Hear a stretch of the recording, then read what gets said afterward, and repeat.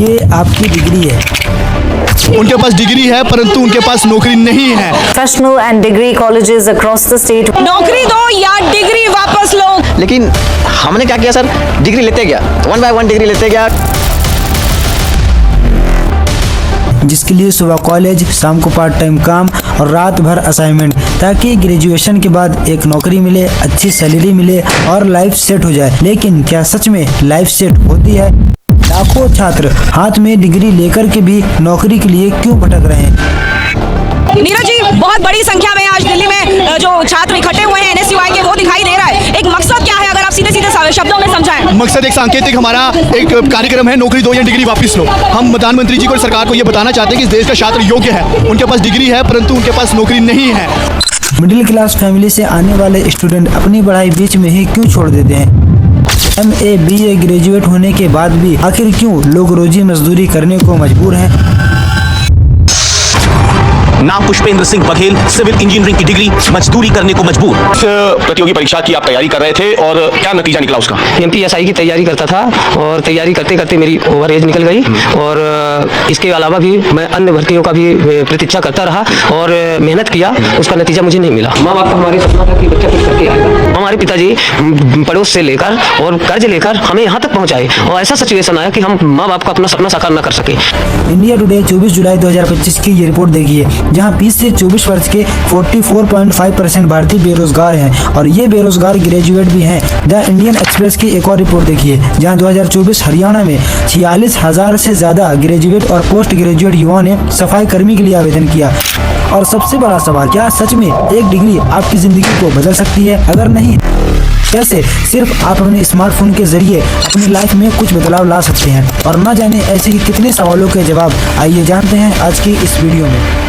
सुबह कॉलेज, शाम को पार्ट टाइम काम और रात में असाइनमेंट, ये सिर्फ पढ़ाई नहीं, हर स्टूडेंट की सच्चाई है। क्योंकि फीस, किताबें, कोचिंग, इन सब का खर्चा आप अपने पार्ट टाइम काम से मैनेज करते हो। इंडिया टुडे की ये रिपोर्ट देखिए, जहां 1000 छात्रों के लिए कोचिंग सेंटर एक सपनों के करियर की पहली सीढ़ी होती है। लेकिन हमारे घर यानी 95% मिडिल क्लास घरों में ये बोला जाता है, इतना पढ़कर भी करना तो वही है जो दूसरे लड़के कर रहे हैं, तो अभी से कमाना शुरू कर दे। तू कॉलेज जाएगा तो तेरे छोटे भाई बहन का खर्चा कौन उठाएगा? इतनी पढ़ाई बहुत है, अब ज्यादा खर्चा मत बढ़ाओ।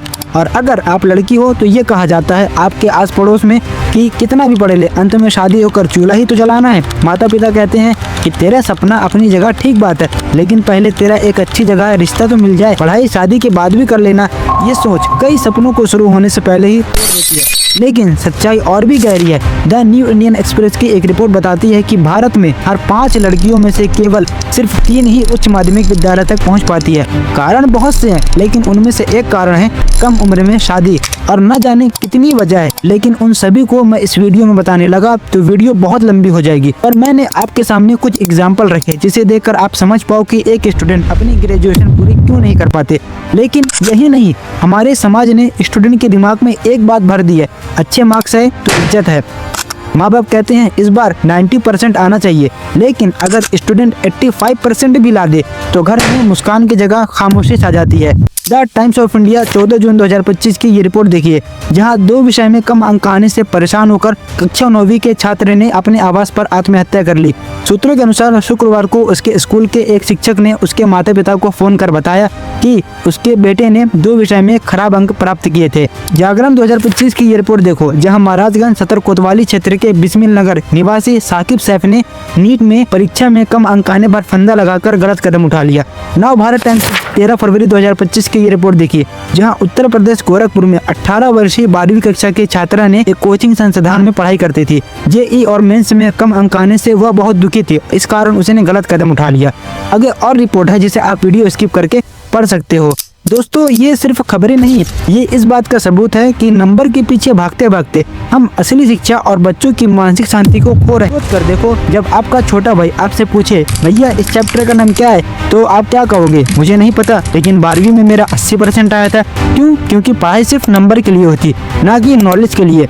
मेरा हर माता पिता से ये कहना है कि अच्छे नंबर की चाह रखना बुरी बात नहीं, लेकिन दबाव मत डालिए, क्योंकि जब एक स्टूडेंट नंबर के लिए पढ़ता है तो उसका ज्ञान नहीं बढ़ता है तो उसका डर, और डर से बनी डिग्री, डर से बने मार्क्स, ये कभी भी जिंदगी नहीं बदलती। बच्चों को सीखने की आज़ादी दो, ताकि वो सिर्फ पास होने के लिए नहीं बल्कि समझने के लिए पढ़े। यही असली शिक्षा है।